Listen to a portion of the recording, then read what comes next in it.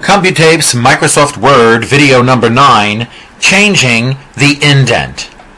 Now, the indents are really the borders of a specific paragraph. And that is why you must know about the show hide tool. You must be able to identify where one paragraph begins and the other one ends.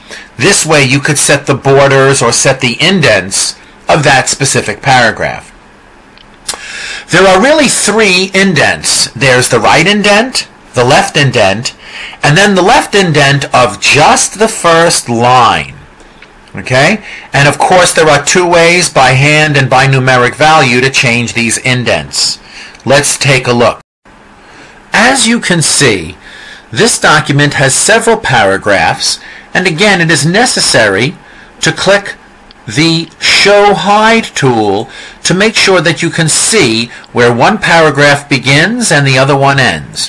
For example, this is a nice paragraph.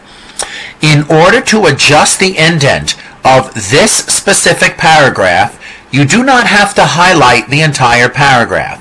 As long as the cursor is sitting or resting within that paragraph, Microsoft Word will know that that will be the paragraph that the indent is changing.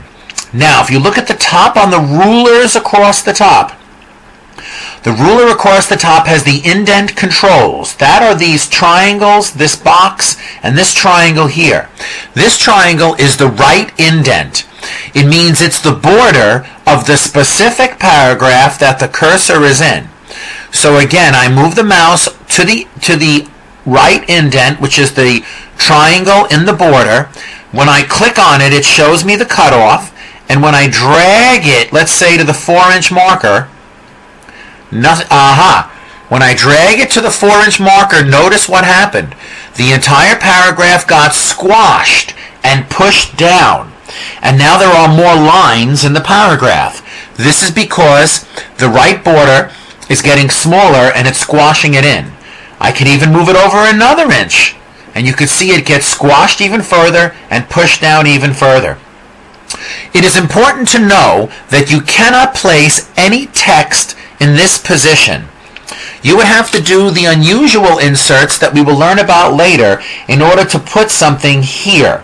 But normally, you would not be able to put any text, or you would not be able to put any picture that's in line with the text in this spot, because the indent of this margin is here. And of course, if we dragged it close to its original position, it would stretch it out more, and there would be fewer lines. And that is the right indent. The left indent is the triangle directly above the box. Don't look at hanging indent, it's this one, the left indent. It is not the box. It is the triangle above the box. And when I click on, see, I can't separate them. Let me try. Okay, yes. When I click on only the triangle, notice what happens. Everything in the paragraph gets pushed to the left except for the top line. That's because the top line has a separate control for its left indent. All right, and now very often they will move together, but the left indent of the top line, as you can see, the left border of only the top line of this paragraph is changing, going one way and going the other way. So this is the indent of only the top line, whereas this is the indent of the triangle on top of the square. The triangle on top of the square is the left indent of all the other lines in the paragraph. The purpose of the box under the two triangles is to move the first line indent and the indent of the rest of the lines together as a unit.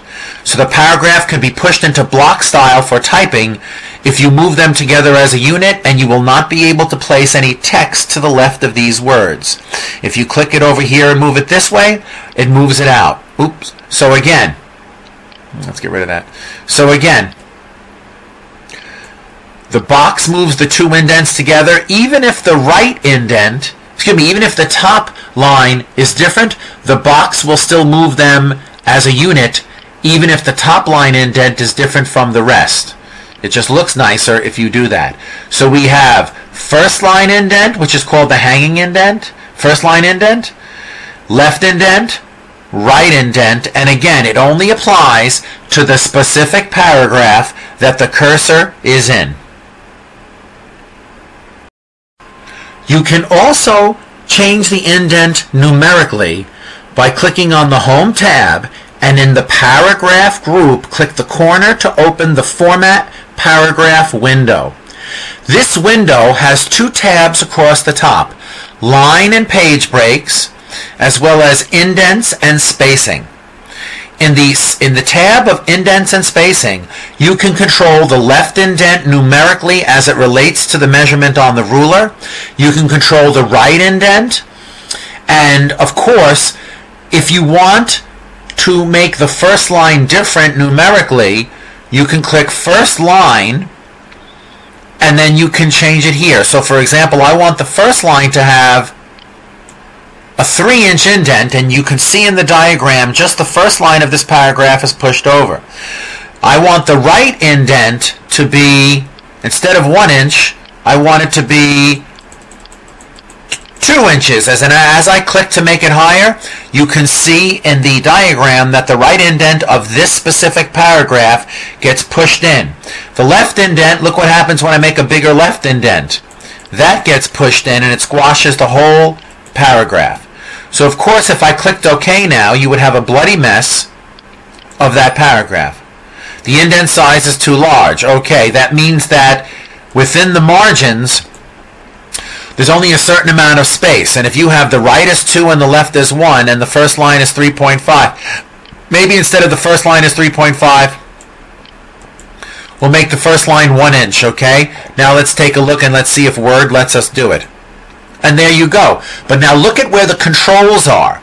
The controls are in the numeric position as measured from the border of the margin. So we made a 1.5 inch left indent, meaning from the margin, not the edge of the page. From the margin, we have a 1.5 inch indent, which means we typed in the number 1.5 into the paragraph window. The right indent was also 1.5, and that means it was 1.5 inches from the margin, from the right border of the margin, not the right border of the page. And that's how the measurement works when you use the paragraph window to physically change the indent.